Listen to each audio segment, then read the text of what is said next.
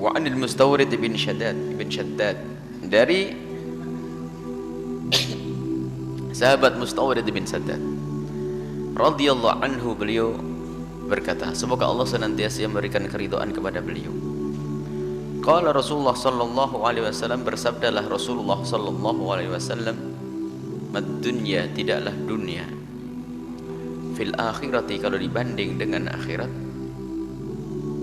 illa, kecuali, mithlu ma yaj'alu ahadukum usbu'ahu fil yammi, seperti jika seseorang meletakkan jemarinya di lautan lepas, fal yandur bima yarji, kemudian dia melihat seberapa persen air yang dibawa oleh jemarinya dibanding dengan lautan lepas itu sendiri.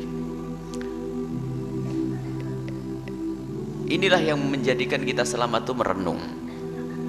Sebesar-besarnya dunia, sebanyak-banyaknya dunia, ternyata kalaupun dibanding dengan urusan akhirat, seperti seandainya seseorang itu mencelupkan jemarinya ke lautan lepas, kemudian ditarik, ada bebasahan yang ada di jemari dibanding dengan lautan lepas. Lautan lepas adalah akhirat, dan bebasahan yang ada di jemari itu adalah dunia. Dan begitu juga semua kenikmatan yang ada di dunia, kalau dibanding dengan kenikmatan yang ada di akhirat, tidak ada apa-apanya. Bahkan sepanjang-panjangnya seorang hidup di dunia, tetap dibanding kehidupannya nanti di akhirat seperti jemari yang dicelupkan ke laut kemudian diangkat. Karena hidup di akhirat nanti adalah hidup yang tidak berbatas selamanya.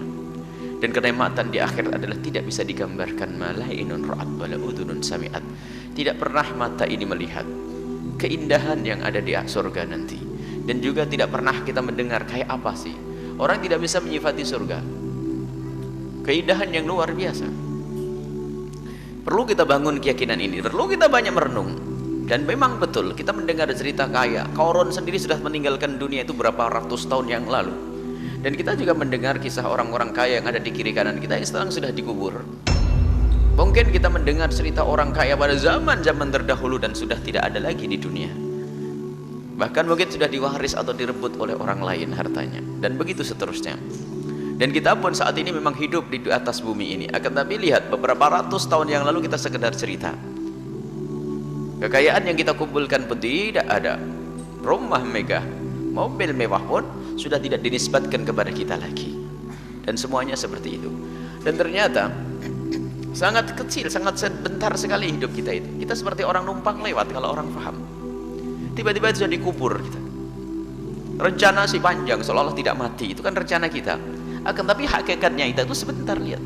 Tiba-tiba kita sudah dikenang oleh cucu kita. Oh, mbahku sudah dikubur, ini mbah kita. Dulu tahun 2000 berapa itu hidup, Masya Allah, dia kaya raya. Tapi sekarang kubur, mati mbah kita. Semua dari kita seperti itu. Nah inilah kalau kita itu hanya membanggakan dunia, tetap berakhir. Hanya sekedar cerita.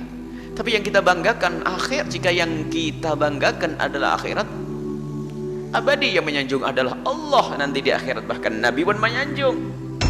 Nabi SAW menyanjung kita nanti di akhirat. Ini. Jadi Nabi selalu mengajak merenung. Seenak-enaknya, sampai kemarin dikatakan bahwasanya kalau kita menemukan orang yang paling kaya di dunia, paling nikmat di dunia, paling mendapatkan karunia di dunia, kemudian dicelup di neraka sebentar nyes begitu, apakah masih bisa kebayang enaknya dunia? Sudah nggak ada kebayangnya. Hilang dengan gara-gara siksa yang sebentar tadi. Begitu juga jika ada orang di dunia ini sengsara, sakit, waduh, segala macam penyakit ada di dalamnya. Setiap kali keluar rumah sakit, waduh, aduh, dipotong sininya, diropek situ, dibor sini, wah, sakit terus. Akan tapi waktu nanti di akhirat, lewat surga maklap begitu tok, suruh ingat, masih ada tidak rasa sakit yang dahulu? Hilang, hanya gara-gara kena tiupan surga saja sudah hilang. Begitu indahnya nanti di surga. Itulah yang dikatakan malainun ra'at, mata tidak pernah melihat. Baik, ini Nabi itu mengajak berenung.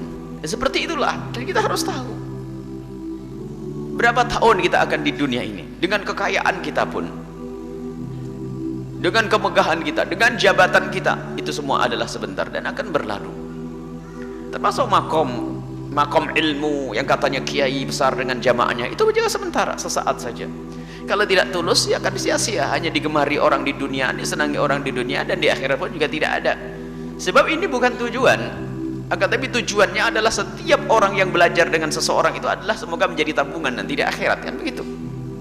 Harus begitu yang ada di hatinya siapapun yang mengajari orang. Bukan hanya urusan besar-besaran jamaah atau gede-gedean pondok pesantren. Pondok pesantren akan hancur bersama gempa, bersama hancurnya bumi ini pun akan hancur.